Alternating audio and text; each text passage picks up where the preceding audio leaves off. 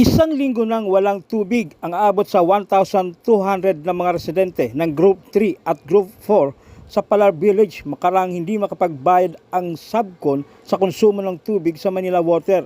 Ang mga residente ng Palar Village ay nagtsatsaga na lamang sa limitadong supply ng tubig sa loob ng isang linggo matapos putulin ng Manila Water ang supply ng tubig sa kanilang lugar.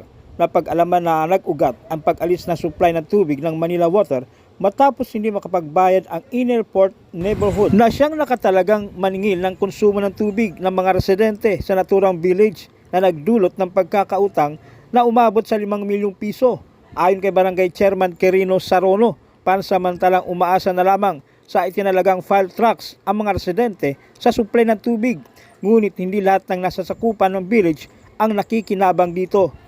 Nananawagan po kami dito na sana malutas na po yung patubig sa mga namumuno po. Nahangad po namin na malutas sa tulong ng ating Panginoong Diyos. Gabayan kayo sa inyong mga ginagawa para sa mga tao, sa mga consequence na naghihintay ng inyong tulong. Sana po mabigyan na po ng action itong aming sitwasyon dito sa Taguig, sa Southside, para naman po sa lahat ba na mabigyan na ng lunas ang aming problem. Yun lang po. Please po, sana po maanohan na to, masala na po yung sa mga LGU, sa mga kay Kapitan, masala na po kay Mayor Lani. Sana po maanohan na, ma-actionan na agad. Ngayon, ayun, medyo mahirap dahil nga wala kaming tubig. May isang linggo na kami walang tubig ngayon. So, medyo yung benta namin hindi ganun nakalakas dahil nga wala kaming tubig. So, yung mga customer namin nagsisilipatan na lang dahil sa ganitong namin condition niya. Yun, sana bumalik na sa dati at magkatubig na nang sa ganun gumanda na rin. Umayos na uli yung negosyo namin dito. Napakahirap po. Kahit ihugas na lang ng plato, ihugas na lang inumin, wala po. Sobrang hirap. Ano yung kailangan mo, panawagan mo, ma'am? Ay sana, napamanawagan po ako na magbalik dati ng tubig dito. Kahit kapalo, makasurvive na naman kami sa kahirapan. Samantala, gumagawa naman ng solusyon ang pamalang lungsod ng Taguig sa pagkaputol ng supply ng tubig sa Palar Village na nasa bahagi ng dalawang barangay Southside at pinagsama sa Taguig City. Sa official statement na inalabas ni Taguig City Mayor Lani Cayetano, inanunsyo nito na pumayag na ang Manila Water at Basin Conversion Development Authority o BCDA na kabitan ng metro ng tubig ang unang 200 kabahayan na malapit sa pinagmumulan ng tubig.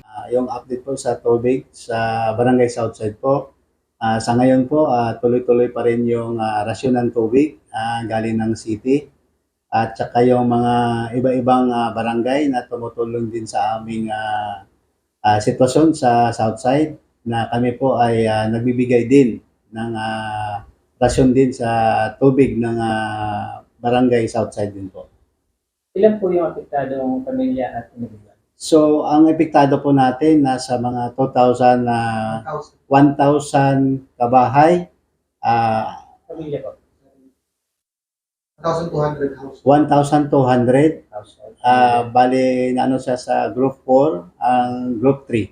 Ang supply parte ng tubig sa ngayon na bago na rin po, every alas 5 ng hapon hanggang alas 11 ng gabi. Tapos pagdating naman din po, mayroon pong magbibigay ulit ang ating barangay na hanggang madaling araw po.